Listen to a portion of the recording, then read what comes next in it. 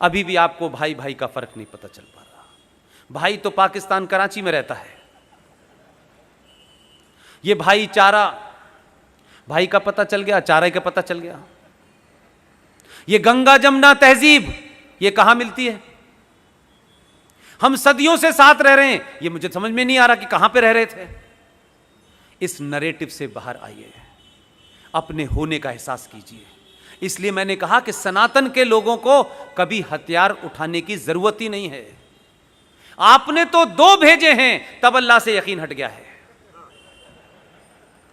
आप तय करें, हमारे निजी स्वार्थ कुछ भी हो, हमारी आपसी अनबन कितनी भी हो, लेकिन हम दिल्ली पे उसी को बिठाएंगे जो 5000 साल पुरानी सभ्यता और सनातन राष्ट्र को बचाने के लिए काम करेगा। उसकी जात क्या है, उसकी पार्टी क्या है, वो क्या खाता है, वो क्या पीता है, ये हमारा एजेंडा नहीं है। ये बहुत खुशी की बात है कि वो जो करता है खुलेआम करता है, ऐलान करके करता है।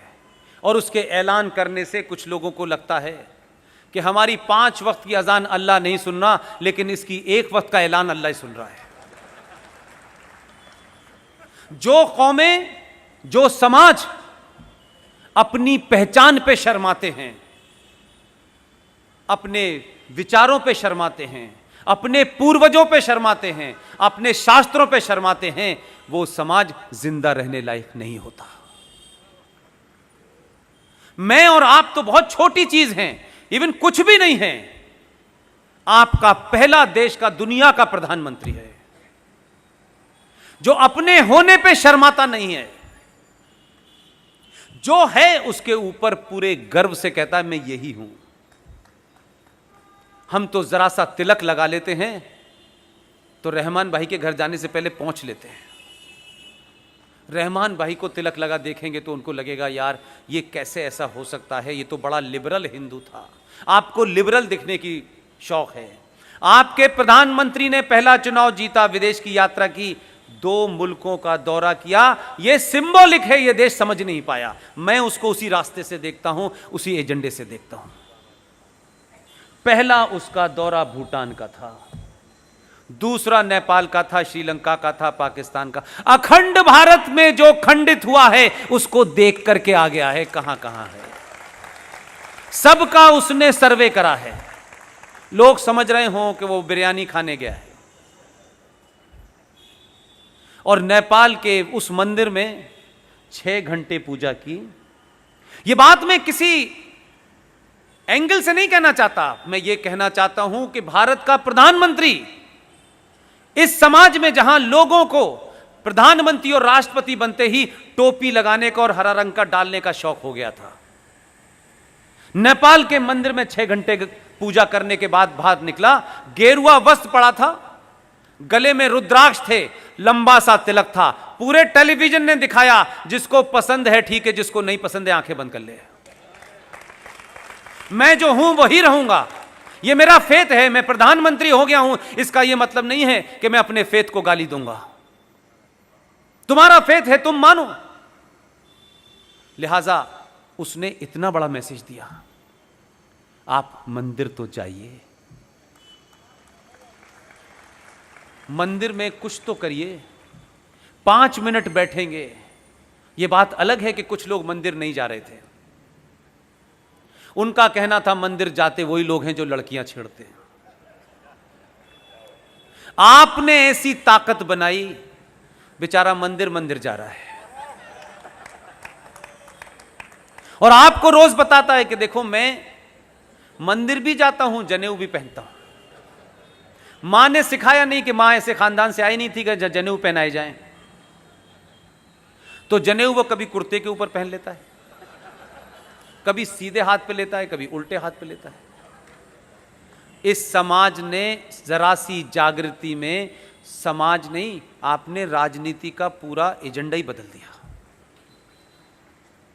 इसलिए आपके प्रधानमंत्री ने बहुत काम जो साइलेंटली किए हैं उसकी चर्चा हम नहीं करते हैं, वही बहुत बड़ी बात है। एक छोटी सी घटना है, हम सब भूल गए होंगे। वो फर्स्ट टर्म में जब आए थे तो एक काम उन्होंने किया था, उन्होंने कहा कि आप किसके बेटे हैं? यह सत्यापन, यह अटेस्ट कौन करेगा कि मेरे पिताजी का नाम स्वर्गीय बलदेव प्रसाद है, मैं उनका पुत्र हूं? इस सच्चाई को दुनिया में अगर कोई जानता है तो मेरी मां जानती है कि मां के अलावा नहीं पता हो कि मेरा पिता कौन है। मां ने जिसको बता दिया है ये तुम्हारा पिता है, हम पिछले कई सालों से उसको अपना पिता मानते हैं। मेरी मां जीवित है। ये जो कहा गया कि आप किसके पुत्र हैं, आप अपना एफिडेविट दें, आप अटेस्ट करा के लाएं कि आप किसके बेटे हैं, तो ये डीएम साहब को कब पता चला कि मैं किसका पुत्र हूं? वो कहां खड़े होकर देख रहे थे? ये मजिस्ट्रेट को कैसे पता चला? ये अंग्रेजों ने आपको ह्यूमिलेट करने के लिए प्रथा चलाई थी कि अंग्रेज अफसर बताएगा कि आप किसके पुत्र हैं। उसको क्या पता मैं किसका पुत्र हूं? ना मेरे बाप को देखा, ना मेरी मां को देखा। लेकिन इस सरकार ने कहा कि आप अपना सर्टिफिकेट खुद अटेस्ट करें। यह बहुत छोटी सी घटना है, लेकिन कितने बड़े गर्व की बात है। मैं बताता हूं ना मेरा पिता कौन है, यह मजिस्ट्रेट कैसे बताएगा यार? इसकी क्या औकात है कि यह बताएगा कि मैं किसका बेटा हूं? ना मेरी मां को जानता, ना मेरे बाप को जानता, लेकिन उसके ठप्पे के बाद ही यह होगा कि मैं किसका बेटा हूं। इसलिए मैं उस बात को दूसरे तरीके से भी कहता हूं कि इस संसार में अगर सबसे बड़ी कोई दो शब्दों के अंदर कोई बात कही जाए, कहा जाए कि सबसे बड़ा सच क्या है धरती पे, तो सबसे बड़ा सच है मां। मां ने मुझे अपने पेट में रखने के बाद मुझे जन्म दिया है, वो बदल नहीं सकती। और विश्वास नाम का अगर कोई शब्द है जिसे एक ही शब्द में कहा जा सकता है तो उसका नाम है कि मां जिस आदमी को कह देती है कि ये तुम्हारा बाप है, जीवन भर हम उस पर विश्वास कर लेते कि ये हमारा बाप है, सवाल नहीं पूछते। ये बात अलग है कि अगर पहले बात होती तो केजरीवाल जरूर प्रूफ मांग लेता। तो छोटी छोटी चीजों से आपके अंदर कैसे स्वाभिमान जगे, कैसे आपको अपने होने का असर लगे। आप सुपीरियर किन को मान रहे हैं? अंग्रेजों को। वो बता गए क्योंकि उन्होंने ये प्रथा इसलिए चलाई थी, उन्हें राज करना था। अब देश आजाद हो गया, ये प्रथा खत्म होनी चाहिए। इसीलिए भारत के राष्ट्रपति के घर में जो छोटा सा बदलाव हुआ उसकी बारे में बात नहीं होती। हमें सिर्फ 370 और 35 पे नजर आती है। बहुत सारी घटनाएं ऐसी हुई हैं जो आपको पता नहीं है, और बार बार आपके माध्यम से रिमाइंड कराता रहता हूं मैं। जरा इन चीजों को भी सोचो। हर चीज में प्रॉफिट लॉस नहीं होता, हर चीज मटेरियलिस्टिक नहीं होती, कुछ चीजों का फिलोसफिकल मीनिंग होता है। पहले टर्म के प्रधानमंत्री बनने के बाद राष्ट्रपति चले गए।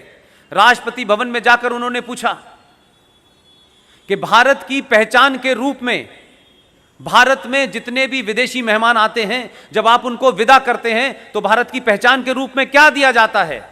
वो कांग्रेसी थे, उन्होंने बिना कुछ सोचे समझे कह दिया कि हम ताजमहल देते हैं। ताजमहल भारत की पहचान हो सकता है? नहीं। उसमें मेरा दूसरा पॉइंट भी है। कुरान में, इस्लाम में कब्रें हराम हैं। कब्र का कंसेप्ट इस्लाम में नहीं है। ये जो देश भर में जमीन घेरने और इस्लामिक दुकान चलाने के लिए और इस्लामिक आइडियोलॉजी को फैलाने के लिए ये जो कब्रिस्तान बने हुए हैं कि यहां इसका कब्रिस्तान है, वहां उसका कब्रिस्तान है, कब्रिस्तान का कंसेप्ट इस्लाम में नहीं है मेरे भाई। मोहम्मद साहब की कब्र देखी है कहीं आपने? नहीं है।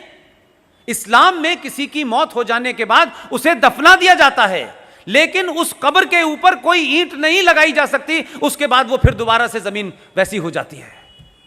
लेकिन भारत और पाकिस्तान और इस इलाके के अंदर Islam is not a religion, Islam is a political ideology to capture power. इस एजेंडे के साथ चल रहा है। यानी ताजमहल को आप कितना भी सुंदर बना दें, लेकिन उसके मूल में दो कब्रें हैं कि दो लोग सो रहे हैं, दो प्यार करने वाले सो रहे हैं, ये बताया जाता है। उस कहानी पर नहीं जाना चाहता कि वो प्यार था क्या था, मैं नहीं जानना चाहता, वो मेरा इशू नहीं है। लेकिन आप कब्रों को कब से अपने घर में रखने लगे? उनके तो हिसाब से गैर इस्लामिक है।